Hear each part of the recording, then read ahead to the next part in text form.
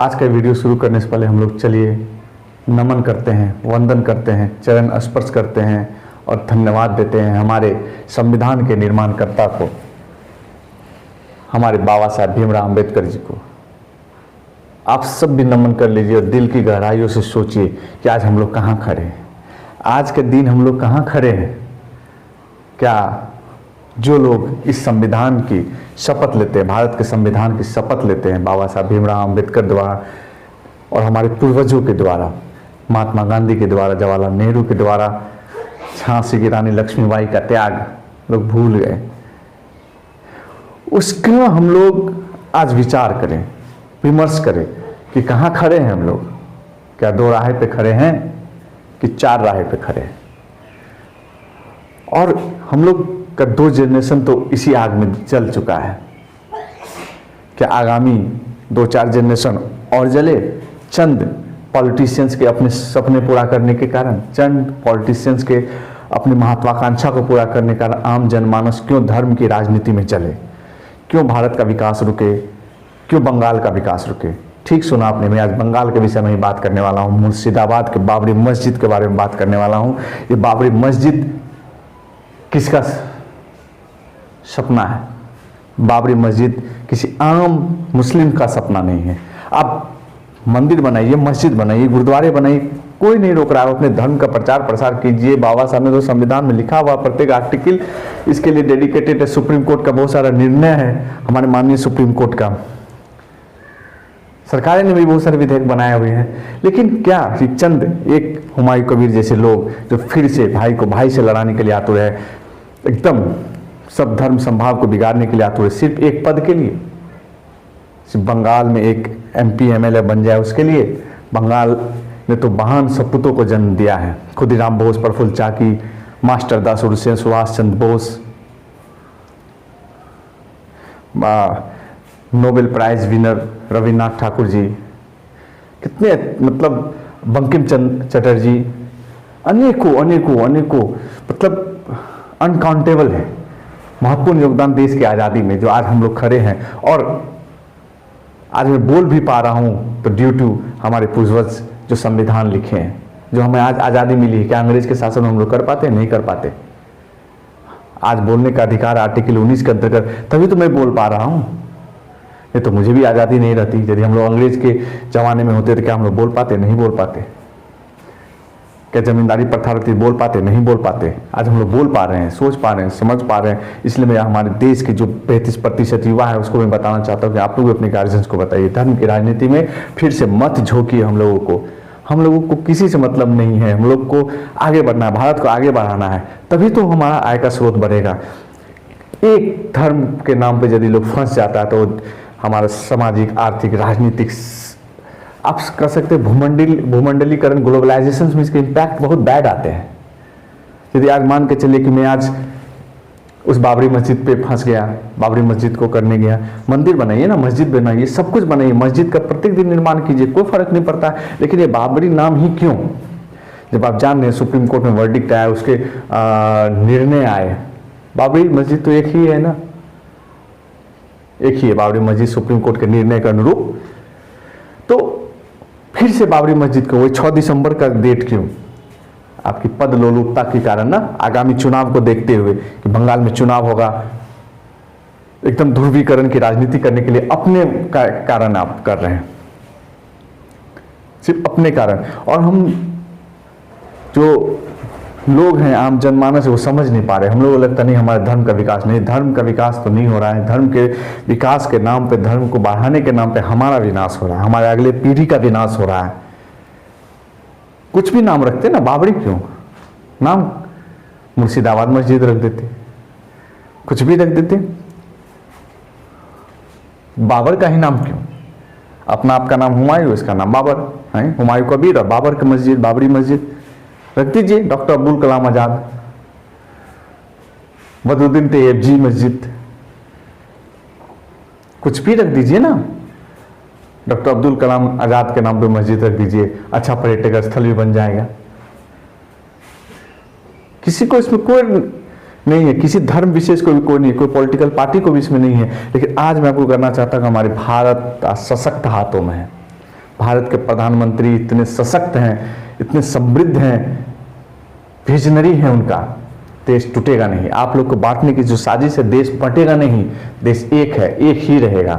Bengal intellectual लोगों का है, आपके बहकावे में नहीं आने वाला है। और जो आपकी मंशा है, पद लोलुपता की मंशा है, वहां की जनता आपको इस बार चुनाव में आपको बता देगी कि आपकी सभी मंशा धड़ी की धड़ी रह जाएगी और बाबा साहब के द्वारा रचित संविधान का शपथ लेने के काबिल भी नहीं रहेंगे और शपथ ले नहीं पाएंगे इस बार बंगाल के विधानसभा में। बंगाल के विधानसभा में शपथ नहीं ले पाएंगे। कहीं फिर से तो ये विदेशी साजिश तो नहीं है, ये देखना होगा। लेकिन मैं आश्वस्त हूं कि हमारा भारत मजबूत कंधों पे है, मजबूत हाथों में। भारत का नेतृत्व करता हमारे माननीय आदरणीय प्रधानमंत्री जी मजबूत हैं, इसलिए भारत कभी बटेगा नहीं। टुकड़ा टुकड़ा भारत का कोई नहीं कर सकता। ये टुकड़ा गैंग, आजाद गैंग के सदस्य का ही ये मनसा होता है कि बांटते, मंदिर के नाम पे, मस्जिद के नाम पे बंटने वाला भारत नहीं है। भारत का युवा से विकास चाहता है, रोजगार चाहता है, रोजी रोटी चाहता है और तरक्की चाहता है कि हम भी विकसित राष्ट्रों के श्रेणी में खड़े हों। क्या मुझे अच्छा नहीं लगेगा क्या मेरा भारत आगे बढ़े? आपको अच्छा नहीं लगेगा? क्यों नहीं अच्छा लगेगा? कब तक हम लोग बेबसी की आग में जले? कब तक हम लोग रोजगार मांगे? कब तक हम लोग किसी बहकावे में, नेता के बहकावे में, धर्म गुरुओं के बहकावे में आते रहे? नहीं आना है। आप कीजिए, लेकिन देश को बांटने की राजनीति नहीं कीजिए और जनता इस बार आपको बता देगी। और मुझे तो हैरानी है, परेशानी है कि वहाँ की जो सरकारें हैं, ममता बनर्जी जी, वो क्या कर रही हैं? क्या उनका लॉ एंड ऑर्डर फेल हो गया है? उनको भी इस बार की जनता बताने वाली है, उनको भी इस बार की जनता बताने वाली है। बंगाल की जनता, जो बहुत सारे अभी वहाँ पे क्राइम्स हो रहे हैं, बहुत सारी चीज़ें हो रही हैं। विकास कहाँ चला गया? जो बंगाल आपको सौंपा गया था, बंगाल कहाँ है? क्या हो रहा है? बंगाल आप जाएंगे तो बंगाल में देखेंगे सब जगह उजला नीला पेंट हो गया है। यही विकास है? हाईवे का उजला नीला पेंट, फ्लाईओवर का उजला नीला पेंट, यही विकास है? समृद्ध बंगाल आपको सौंपा गया था, समृद्ध बंगाल आपको सौंपा गया था और आपने क्या किया? बंगाल की जनता तो जरूर इस बार सरकार बदलेगी, लेकिन आप हुमायूं कबीर जैसे लोगों को नहीं, जो कि बंगाल को बांटना चाहता है, बंगाल में फिर से और देश को बांटना चाहता है। धर्म के नाम पर, जाति के नाम पर, संप्रदाय के नाम पर, हिंदू मुस्लिम के नाम पर कोई नहीं बंटने वाला। हिंदू मुस्लिम सिख ईसाई के नाम पर तो भारत बंटने वाला है नहीं। भारत के युवा जागृत है, भारत के युवा से विकास चाहते हैं। भारत के युवा ये जानते हैं कि आपसे पद लोलुपता की लोभ में ये कार्य कर रहे हैं और आपको कुछ एंटी नेशनलिस्ट लोग के सपोर्ट से आप ये काम कर रहे हैं। आप ये कहने में कोई गुरेज नहीं है कि विदेशी ताकतें आपको प्रमोट कर रही है। तो जांच का विषय है कि कहां से आपको ये मतलब आपके संगठन को, आपके जो फाउंडेशन है जिसके नाम पे आप आगे बढ़ रहे हैं। अरे जब सुप्रीम कोर्ट में वर्डिक्ट था बाबरी मस्जिद का, तो आपको वो नाम रखना नहीं चाहिए। वर्डिक्ट समाप्त होने के बाद एक नाम पे जब इतने साल, 2 जनरेशन समाप्त हो गया, तो फिर से आप वही नाम पे रख रहे हैं, वही सेम डेट 6 दिसंबर। 6 दिसंबर क्या है ये? 6 दिसंबर। बांटो नहीं, बांटने का राज नहीं करो, विकास की बात करो। जनता स्वयं आपको चुनेगी। यदि विकास की बात करेंगे, आप तो बांटने की कर रहे हैं। आप टुकड़े गैंग के सदस्य, इसलिए जनता आपको माफ कभी नहीं करेगी, कभी नहीं माफ करेगी। हमारे मुस्लिम भाई सशक्त हैं, समृद्ध हैं, सोचनीय हैं। हमारे जो मुस्लिम युवा साथी हैं, वो उनको विकास चाहिए। कब तक आप धर्म के नाम पे उनको बांटते रहेंगे? मस्जिद अपनी जगह है, नाम के नाम पे नहीं बांटिए। फिर भाइयों से बांटिए नहीं, बंटवारा नहीं कीजिए। घर में जब बंटवारा होता है तो तकलीफ होती है, तो बांटिए नहीं और बांटने का राज नहीं कीजिए। सभी से हाथ जोड़ के विनम्र निवेदन है, मुस्लिम युवा साथियों से, आप लोग विकास को चुनिए, विकास की राह पे बढ़िए और इस हुमायूं कबीर जैसे लोगों को आप लोग टूरिज्म प्लेस मत बनाइए, उस जगह को टूरिज्म प्लेस मत बनाइए। और सरकार से भी गुजारिश है कि आप कृपया टूरिज्म प्लेस ना बनने दें। वो प्लेस टूरिज्म प्लेस बन रहा है, पूरा मीडिया हाइप है, टूरिज्म प्लेस ना बनने दें उसे। मस्जिद बनाना बनाइए, बाबरी मस्जिद का नाम मत लीजिए। क्या बाबर, कब तक हम लोग मुगल के दौर में जीते रहेंगे? मुगल का नाम आप रखिए, वहाँ के लोग, वहाँ का नाम रखिए। Abdul Kalam Azad, doctor Abdul Kalam Azad, missile man के नाम पे वो मस्जिद का नाम रखिए ना। क्या हो गया तब? मिसाइल मैन के नाम पे मस्जिद का नाम रखिए, तब तो आपके तोतले उड़ जाएंगे, तब तो आपको लगेगा कि नहीं तो गलत हो गया भाई, गलत हो गया। मुस्लिम युवा साथियों को जागने की जरूरत है, उनके मनसे को समझने की जरूरत है। मैं कहता हूँ नाम मंदिर मस्जिद बनाइए, मंदिर बनाइए, गुरुद्वारे बनाइए, सब कुछ बनाइए, अपने धर्म का प्रचार प्रसार खूब कीजिए, कोई दो राय नहीं है। लेकिन ऐसा चीज़ का प्रचार प्रसार नहीं कीजिए जिससे भाई को भाई में तनाव हो, भाई को भाई से अलगाव हो, वो चीज़ मत कीजिए। मस्जिद बनाइए ना, एक क्या दो तीन चार पाँच जितनी मस्जिद बनाइए। कि जो पैसा मस्जिद के नाम पे मिला, क्या वो पैसा मदरसा में मिला, क्या वो पैसा एजुकेशनल इंस्टीट्यूट्स में मिला है, एजुकेशनल हॉस्पिटल्स में मिला है, जो गरीब मुस्लिम से उसके शिक्षा दीक्षा में मिला है, गरीब मुस्लिम के कौशल विकास में मिला है, गरीब मुस्लिम की बेटियों की शादी में मिला है? नहीं मिला ना। धर्म के नाम पे क्यों इतना हो रहा है? तो मैं कहता हूँ बनाइए, खूब मस्जिद बनाइए, खूब मस्जिद, 2 4 10 20 50 मस्जिद बनाइए, प्रत्येक दिन बनाइए। अच्छी बात है, अच्छी बात है, लोग को धर्म पे आस्था होगी, तभी तो कुछ पता चला, कोई कुछ कंट्रोलिंग बॉडी है, कोई अथॉरिटी है जो हम लोगों को कंट्रोल करती है, नियंत्रित करती है। डर होगा, धर्म तो डर का ही नाम है, धर्म तो डर का ही नाम है।